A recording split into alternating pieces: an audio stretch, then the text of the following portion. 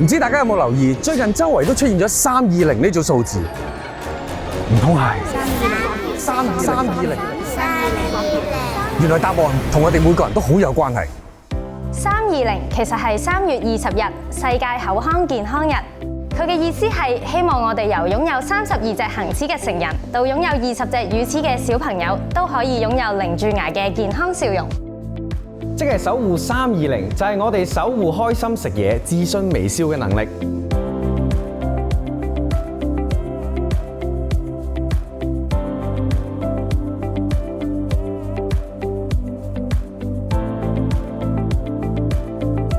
要達成呢個目標，秘密武器好簡單，減糖。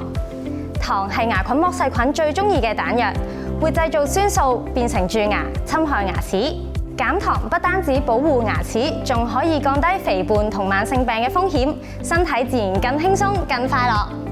咁即係話由揀飲品、揀零食呢啲小決定開始，減低日常糖分攝取。記住啦，每日早晚用含氟牙膏刷牙，飲多啲清水同定期檢查，小小習慣大大回報。今年嘅世界口腔健康日主題係口腔健康，生活安康，與你共享健康快樂人生。由今日開始，為自己同家人嘅笑容行出一小步啦！